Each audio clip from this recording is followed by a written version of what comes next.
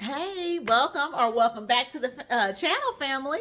My name is T. If you're new, please like, share, and subscribe. And also go back and watch some of the videos as to how I came to live here in my salon suite. Yes, you heard me correctly. I live here in my salon suite. There's the shampoo bowl right there. This is also doubles as my living room. And I live right back there. I don't know if you can see pretty good, but I live right back there. That's my living quarters.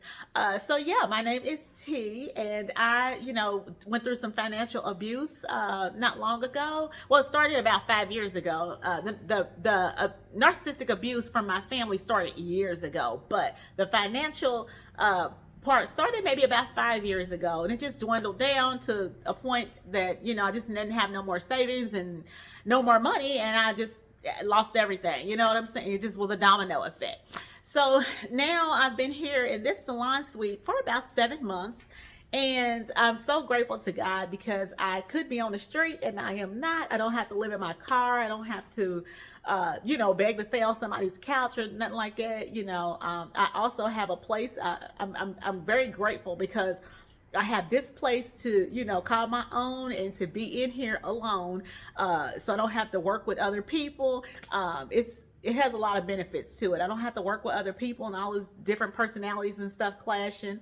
I have my living space back there in the back, and it's worked out. It's not the biggest, but that's okay. Like, I have such peace and quiet and calm, and it's just be me and God in here. And I know it's in this building. There's like 6 apartments, so three on the front, 3 apartments on the front, and downstairs, right? So imagine three apartments on the front. Downstairs goes like down a little row, and then it has like business fronts on those, and then our living quarters is in the back. Okay, and then the people on the top, there's no business up there. There's just regular apartments, and so they just regular people that live in an apartment, and they come only in the back, and then the people that have the businesses come in the front and the back. And I am the only business that's right here for now.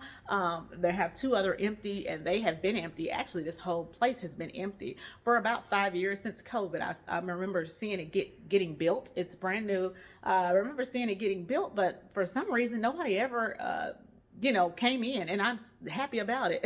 Because one thing that I can tell from when the maintenance people are in here, though, the walls are kind of thin, and so I don't like that.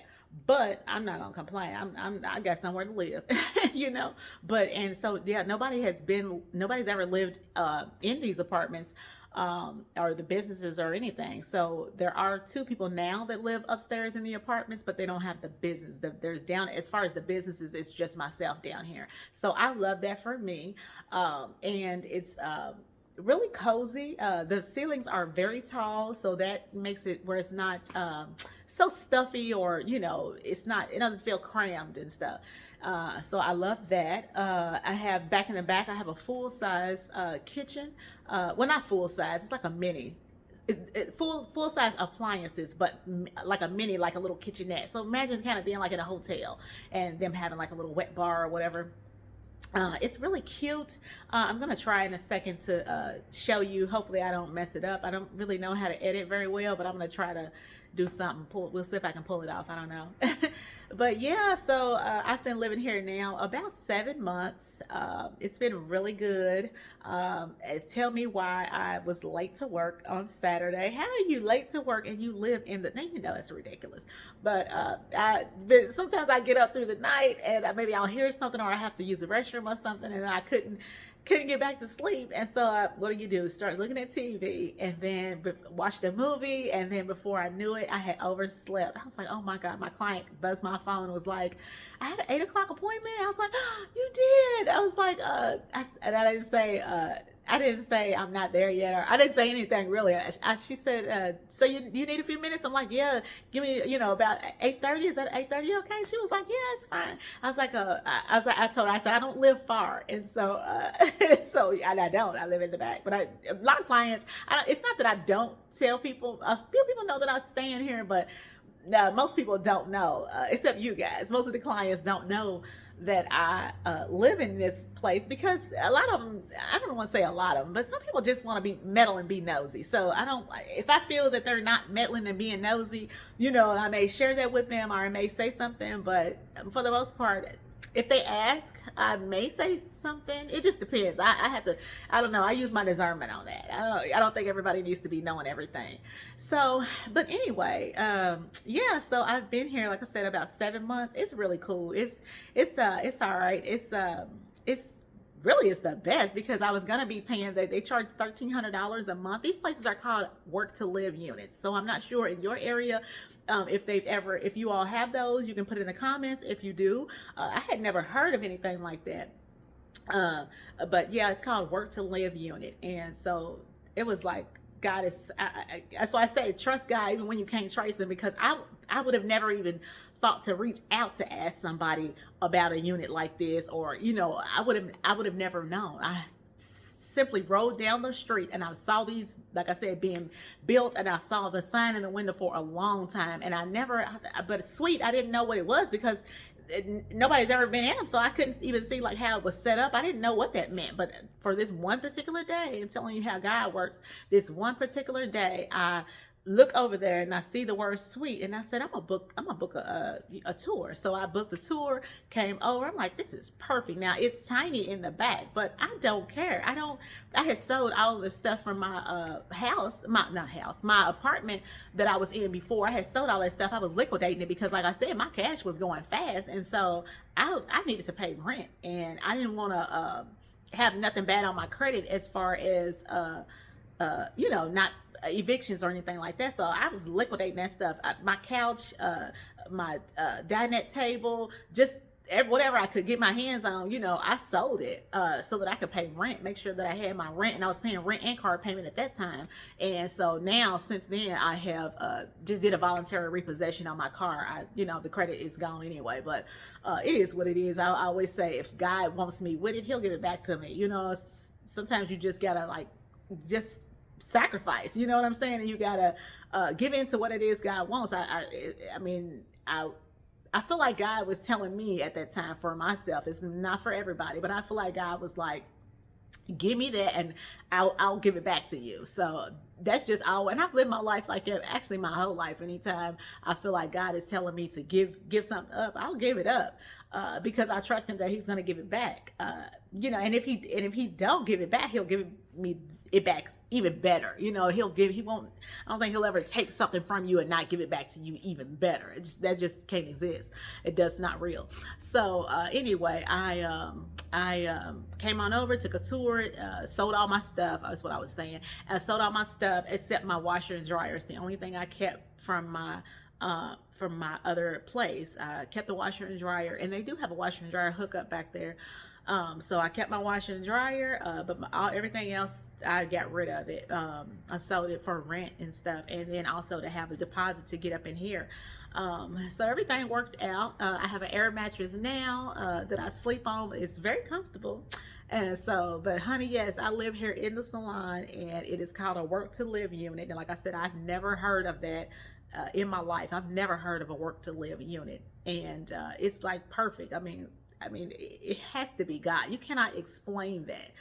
There's no way. I don't have any explanation other than I know that was a God thing for me to not be living on the street or in my car, because I couldn't afford to pay rent at an apartment. Even though it was only $1,300 a month, I had lost clientele so bad that I had and people love to see you do bad. Oh my God, people love to see you do bad. If you ever get yourself in a situation, watch how many people will not help you. Please watch. And I think God also allowed me in that situation, those situations, because I needed to open my eyes and sharpen my discernment as to who was for me and who was not. And I had a lot of people around me, and I won't call everybody narcissists, because everybody's not a narcissist. Some people are just super selfish, and they just they don't even want the stuff, but they want to make sure you don't have it, for whatever reason. They're just that whatever when you feel like when you win or go up, they feel like it's a drop, a punch in their gut, that they're doing something wrong, or it's a silly kind of crazy way of thinking, but people have these thoughts, and that's what they think. and it's proven in my life. I'm not just making it up. It's proven. I saw lots of people around me know that I was going through, and they pull back, from coming to get their hair done. Like I say, some of the clients that maybe had been attached to my family, and they were being mean and, just jumping on the bandwagon that way. Like, yeah, we're gonna, we ain't gonna come to it no more. We ain't gonna support her, blah, blah, blah, that way. But a lot of them, some of them weren't connected to my family. They just stopped coming. And because a lot of them, because I didn't do what they want me to do. I had been working at another salon where I was previously for 10 years, and they loved, it was convenient. A lot of them lived around there. It was very convenient, and they wanted me to, continue to do it. And people don't like to be continue to do what they want me to do. But people don't like to, they don't like to see you doing good, and they don't like for you to they don't want to be uncomfortable. They want to continue to be comfortable. No matter if you're uncomfortable, they want, as long as they're comfortable, that's all they're worried about. And so I saw a lot of that as well. And that was really hurtful, because a lot of people, I would like stay late maybe, or maybe my kids had something going on, and I'd get, arrive to whatever they had late, just to make sure Miss So-and-so, I could get her in. And so that was really hurtful to see some of those people pull back, especially when I made the decision to jump, from one salon over in one state and to come over to this state, which is where I was already living at anyway. I just didn't work over here. But when I made that decision, people were, they were fired up, but they really showed their true colors as to who they were and stuff. And it made me kind of regret, how I'd outlived my life, over a period of time. But everything has to change, and it just does, whether I like it or you like it, it don't matter.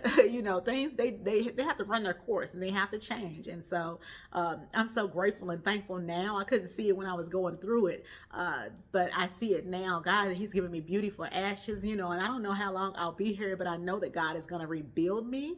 I know that I'm in my rebuilding season now. I can see it now, and I'm down, but I will come back up. Honey, I ain't never seen a child of God go down and couldn't get back up, honey. And so that is me. I will come back. I'm the comeback kid.